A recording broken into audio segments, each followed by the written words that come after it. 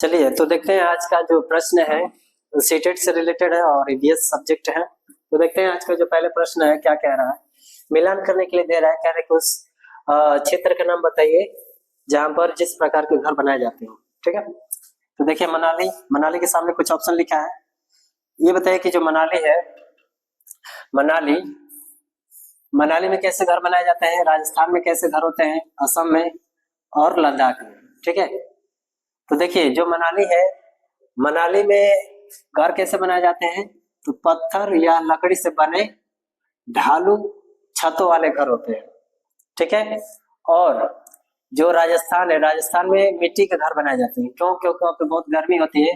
तो राजस्थान यानी कि बी का 4 हो जाएगा, यानी कि ए का सेकेंड, बी का 4 है ना, बी का 4। अच्छा लद्दाख, सॉरी असम भी है। तो असम में क्या है, बारिश वाला क्षेत्र है, तो वहां पे क्या हो जाएगा, बांस के घर बनाए जाएंगे। ठीक ना, किसके घर? बांस के घर ज्यादा बनाए जाते हैं। तो सी का फर्स्ट। और डी में देखिए जो लद्दाख है वो पत्थरों के घर बने होते हैं। किसके बने होते हैं? तो पत्थरों के, यानी कि पत्थरों के बने घर जिनके फर्श और छतें लकड़ियों की बनी होती है। और इससे होता क्या है कि जो बर्फ होते हैं वो नीचे की तरफ चले जाते हैं। तो डी का क्या हो जाएगा, 5th। तो यानी कि इस क्वेश्चन में सेकंड 4 फर्स्ट 5 जो होगा वही क्या होगा, आंसर होगा। यानी कि सेकंड किस में है, ए का सेकंड, बी का 4, सी का फर्स्ट और डी का 5। तो इस क्वेश्चन का जो राइट आंसर होगा ऑप्शन नंबर 3 होगा। चलिए अगला प्रश्न कह रहा है, पशुओं की त्वचा का जो पैटर्न होता है, यानी कि जो उनकी डिजाइन होती है, ठीक ना, जो उनकी क्या होती है, डिजाइन होती है, वो कैसे क्यों होती है, इसको मैं बताया था। ठीक ना, उस जलवायु के कारण होते हैं जिनमें वे रहते हैं। ठीक, उनकी शारीरिक शक्ति को इंगित करता है नहीं, शारीरिक शक्ति से तो मतलब नहीं है। परावर्तित प्रकाश के कारण होते हैं नहीं, उनकी त्वचा पर बालों के कारण होते हैं। तो देखिए एक ऑप्शन में दिया था, एक जगह दिया था कि उसके त्वचा के बालों के कारण भी होते हैं डिजाइन, लेकिन इसका जो करेक्ट आंसर क्या होगा, जलवायु के कारण होते हैं। अब देखेंगे जो बर्फीले भालू होते हैं या बर्फीले बुल होते हैं, उनके शरीर पर क्या होता है, बहुत बाल होते हैं, बहुत क्या होते हैं, बाल होते हैं। क्यों? अब क्योंकि वहाँ पे ठंडी होती है, तो ठंडी से बचने के लिए प्राकृतिक रूप से उन पर, उनके शरीर पर बाल होते हैं जो ठंडी से बचने में सहायता प्रदान करते हैं। तो ये क्यों होता है, तो होता है जलवायु के कारण होता है। ठीक है, तो इस क्वेश्चन का जो राइट आंसर हो जाएगा फर्स्ट। और इतना याद रखना है कि जलवायु के कारण हो रहा है। कह रहा है कि एक जंगल में, ठीक ना, जंगल में कोई व्यक्ति रह रहा है 25 वर्षों से, और उस जंगल भूमि पर उसमें पैदा होने वाली वस्तुओं पर अधिकार है। तो बताइए वह जनादेश किसके द्वारा दिया गया था, यानी कि जो अधिनियम आया था वो किसके द्वारा था?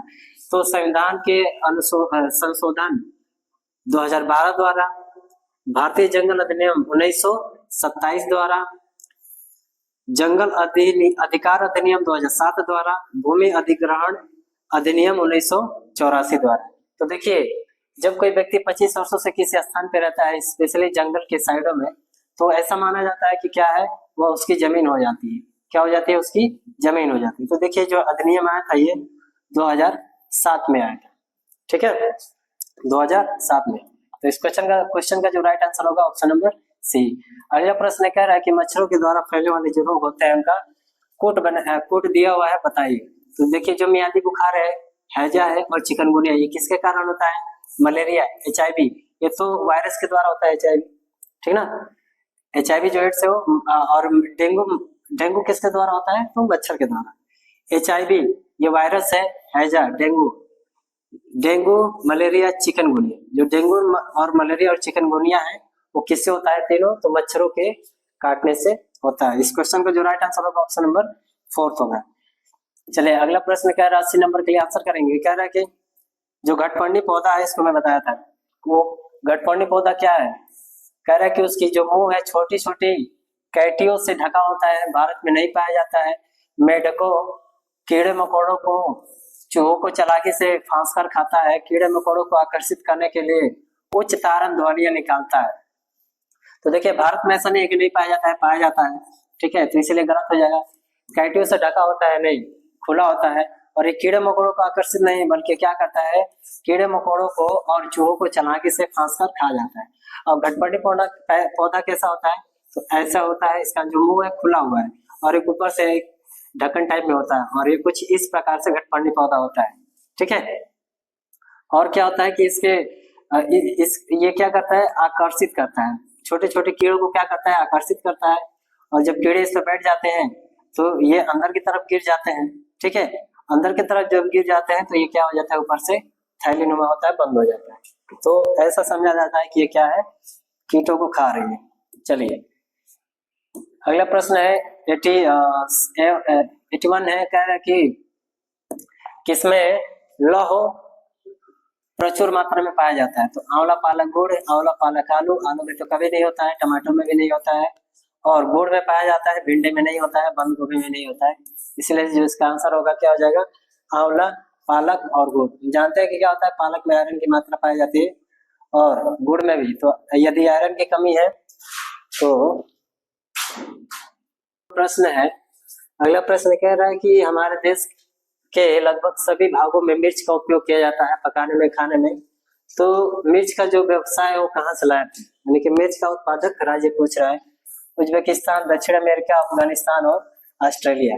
तो देखिए जो मिर्च है, तो मिर्च का जो व्यवसाय वो माना जाता है कि वो कहाँ से आया है, तो दक्षिण अमेरिका से आया है। इस क्वेश्चन का जो राइट आंसर होगा क्या हो जाएगा, ऑप्शन नंबर सेकंड। ठीक है, अगला प्रश्न है, कह रहे कि निम्नलिखित में से कौन सा पक्षी कैक्टस यानी कि कांटों के पौधों के बीच अपना घोंसला बनाता है, कौन सा बनाता है, हाँ फाख्ता। देखिए जो शकरखोरा होता है, शकरखोरा लटकता हुआ,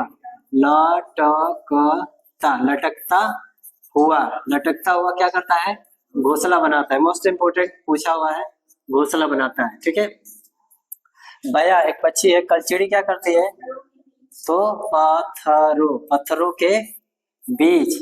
के बीच में क्या करती है, अपना घोंसला बनाती है, पत्थरों के बीच में घोंसला बनाती है। मोस्ट इंपोर्टेंट पूछा हुआ है।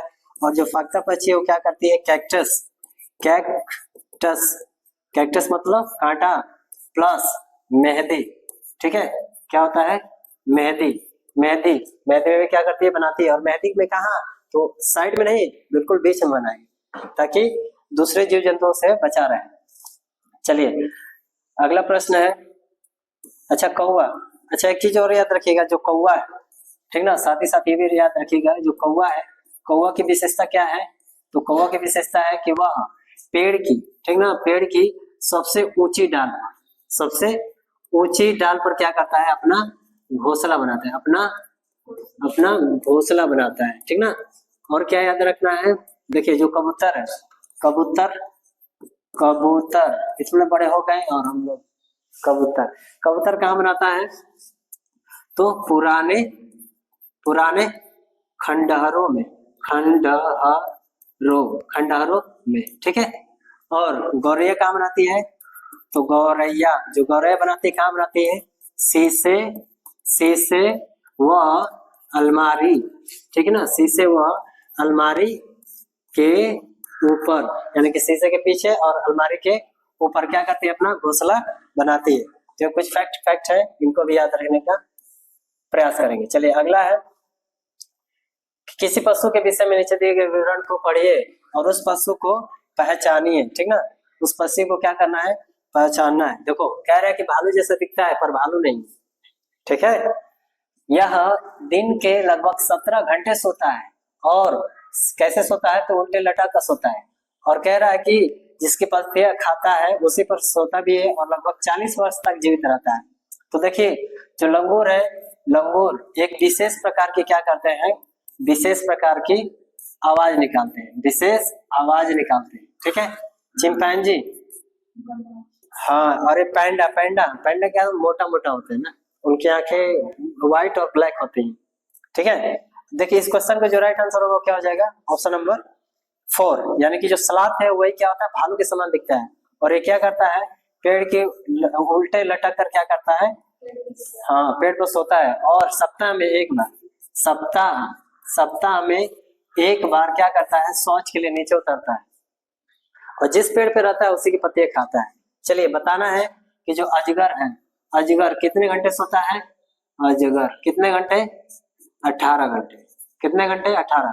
बिल्ली, बिल्ली कितने घंटे सोती है? 12 घंटे। ठीक ना। गाय कितने घंटे? 4 घंटे। ठीक ना। तो ये भी क्या करना है? याद रखना है। ठीक है, इससे रिलेटेड है। तो देखते हैं अगला प्रश्न क्या कह रहा है। तो इस क्वेश्चन का जो आंसर होगा स्लॉथ होगा। कह रहा है कि नीचे दिए गए जीवों के समूह में किनकी दृष्टि श्रेष्ठ होती है तथा वे मनुष्य की तुलना में 4 गुना अधिक, क्या है? 4 गुना अधिक दूरी तक देख सकते हैं या साफ देख सकते हैं। ठीक है, इसको मैं बताया था बहुत अच्छे से। देखिए, बाघ, तेंदुआ, स्टंट, सांप, रेशम के कीट, छिपकली, चील, गरुड़ और गिद्ध, मधुमक्खी और मच्छर, तितली। तो देखिए, जो चील, बाज और गिद्ध होते हैं, ये हमसे क्या करते हैं? 4 गुना क्या करते हैं? बेहतर देखते हैं। ठीक है, मनुष्य से 4 गुना बेहतर देखते हैं। और जो छिपकली है, क्या होती है? विशेष मौसम में, यानी कि ठंड के मौसम में आने पर क्या होती है? दीवारों में छिप जाती है। ठीक है, दीवारों में क्या हो जाती है? छिप जाती है। जो सांप को पकड़ने वाले लोग होते हैं, उन्हें हम क्या कहते हैं? कालबेलिया कहते हैं। क्या कहते हैं? कालबेलिया।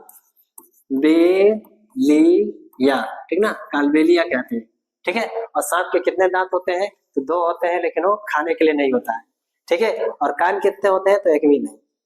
ठीक है, इसको मैं पूछना चाहिए था कमेंट में। चलिए, अगला प्रश्न है कि नीचे दिए गए खेती के विवरण को समझिए और कुछ प्रश्न है उनको।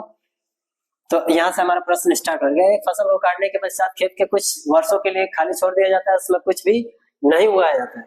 इस भूमि में बांस व अन्य खरपतवार जो भी कुछ उगते हैं उन्हें उखाड़ा नहीं जाता, काट कर जला दिया जाता है। यह राख भूमि को उर्वर बनाती है तथा जब यह भूमि को खेती के लिए तैयार हो जाता है तब उसे हल्का सा खोदा जाता है, और भूमि को खोदा नहीं जाता पर उस पर बीज छिड़क दिए जाते हैं।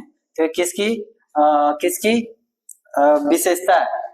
क्या है ऑप्शन में? क्या रहे कि सहकारी खेत, सीढ़ीनुमा खेत, झुम कृषि या सिंचाई खेती। तो देखिए, इस क्वेश्चन का जो राइट आंसर होगा वो क्या हो जाएगा? झुम कृषि होगा। यानी कि झुम कृषि में क्या होता है? जंगलों को, पेड़ को काटकर एक स्थान से दूसरे स्थान पर जाते हैं, फिर उसको काटकर फिर दूसरे स्थान पर, ठीक है, उसको जलाकर खेती किया जाता है। और साथ ही साथ इसको क्या कहते हैं? जातीय कृषि भी कहते हैं। जनजातीय कृषि भी कहते हैं। ठीक ना, इसका अन्य नाम भी है जनजातीय कृषि। और इसको क्या कर किस नाम से जानते हैं? स्थानांतरित कृषि। ठीक ना, स्थानांतरित कृषि भी कहते हैं। ठीक है, अगला प्रश्न क्या कह रहा है? 87। जब कोई सपेरा अपने वाद्य यंत्र बीन को बजाता है तो सांप उसकी ध्वनि पर अपने सिर को इधर उधर घुमाता है। ठीक, तो आपके विचार क्या है बताइए। तो कह रहा है कि उस वाद्य यंत्र द्वारा उत्पन्न कंपनों के प्रति अनुक्रिया करके उस वाद्य यंत्र को सूंघने की क्षमता नहीं होती है। उस वाद्य की ध्वनि को सूंघकर सांप के कान जब होते नहीं है तो सुनेगा कहां से? वाद्य यंत्र की गति को देखकर नहीं।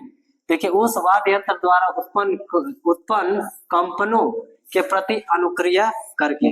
देखिए, जो सांप है वो क्या करता है? कंपन को क्या करता है? भांपता है और उससे क्या करता है? समझता है, चलता है। ठीक है, तो ये क्या करता है? कंपन के द्वारा किसी भी चीज को समझते हैं। ठीक है, अगला प्रश्न है, परिवार एक इकाई होता है जिसमें माँ, पिता और 2 बच्चे होते हैं। ठीक है, यह कथन किसका है? तो यह कथन क्या सही है या गलत है ये बताना है। कह रहा है कि सही नहीं है, क्योंकि इस कथन में यह स्पष्ट करना चाहिए कि बच्चे जैविक होते हैं। ठीक है, सही नहीं है क्योंकि परिवार कई प्रकार के होते हैं। बात तो सही है, परिवार कई प्रकार के होते हैं। ठीक है, तथा परिवार का केवल एक प्रकार ही वर्गीकरण नहीं किया जा सकता है। सत्य है, क्योंकि यह के लिए आदर्श का आकार होता है। और कह रहे कि सत्य है क्योंकि सभी भारतीय परिवार इसी प्रकार के होते हैं। नहीं, ऐसा नहीं है, सभी थोड़े होते हैं, सभी तो वैसे भी नेगेटिव वर्ड है। देखिए, सही नहीं है क्योंकि जो परिवार की परिभाषा है वो कई प्रकार की होती है, तो एक ही में हम इंक्लूड नहीं कर सकते हैं। इसलिए इसका जो आंसर होगा क्या हो जाएगा? ऑप्शन नंबर 2 होगा। अगला प्रश्न है, कह रहा है कि मानवों के पेट में अमाशय रस की प्रवृत्ति होती है, वह भोजन के पाचन में सहायता करती है। उभय धामों द्वारा, अम्लीय द्वारा या उदासीन द्वारा या क्षारीय द्वारा। तो देखिए जो हमारे अमाशय में जो होता है अम्लीय, जिसको हम क्या कहते हैं, HCl ना, हाइड्रोक्लोरिक, ठीक ना, क्या कहते हैं, HCl, ठीक ना। और अम्लीय क्या करता है, इन्हीं के द्वारा हमें हमारा खाना है वो पचता है। चलिए अगला प्रश्न है, कह रहा है कि 90 और आज का अंतिम प्रश्न कह रहा है कि कक्षा 3 के एक शिक्षक ने अपने बच्चों को निम्नलिखित पेड़ों पौधों की पत्तियों को विभिन्न वर्गों में वर्गीकृत करने को कहा, जैसे नींबू, आम, तुलसी, पुदीना, नीम, केला इत्यादि। कुछ विद्यार्थियों ने पत्तियों का वर्गीकरण इस प्रकार किया, माने कुछ पत्ती है, ठीक ना, उसका वर्गीकरण इस प्रकार किया। देखो प्रश्न ये दोनों, दवाओं के गुण वाले 5 पत्तियां और दवाओं के गुण से रहित पत्तियां, माने एक दवा वाली और एक बिना दवा वाली, ठीक। फिर कह रहा है कि बड़ी पत्तियां और छोटी पत्तियां, यानी कि 4 भागों में बांटा है, एक दवा वाला, एक बिना दवा वाला, एक छोटी पत्ती और एक बड़ी पत्ती, ठीक ना। तो देखिए अब जो शिक्षक ने समूह ए है, ठीक ना, समूह ए को सही माना, ठीक ना, समूह ए को क्या माना है, सही माना है, बी को गलत। तो यह प्रतिबिंबित करता है, माने ये क्या कहना चाह रहा है, तो कह रहा है कि यह क्रियाकलाप पत्तियों से सूचना ग्रहण करने पर केंद्रित है, जिसका अर्थ लगाया जा सकता है, नहीं, अर्थ नहीं लगाया जा सकता है। बच्चे बहुत प्रकार के संदर्भों को कक्षा में ले आते हैं, जिसकी सराहना होनी चाहिए। बात तो सही है, सराहना होनी चाहिए, पॉजिटिव चीज है। बच्चे अपने अनुभव पर निर्भर करते हुए बच्चे वर्गीकरण के बहुत से तरीके का उपयोग कर सकते हैं, बिल्कुल कर सकते हैं। वर्गीकरण का कार्य बहुत विशिष्ट और स्तरीकृत है तथा इसका एक सही उत्तर होता है। बात सही है। तो इसका जो इस क्वेश्चन का जो राइट आंसर हो जाएगा ऑप्शन नंबर 4। तो मिलते हैं नेक्स्ट वीडियो में, तब तक लिए जय हिंद।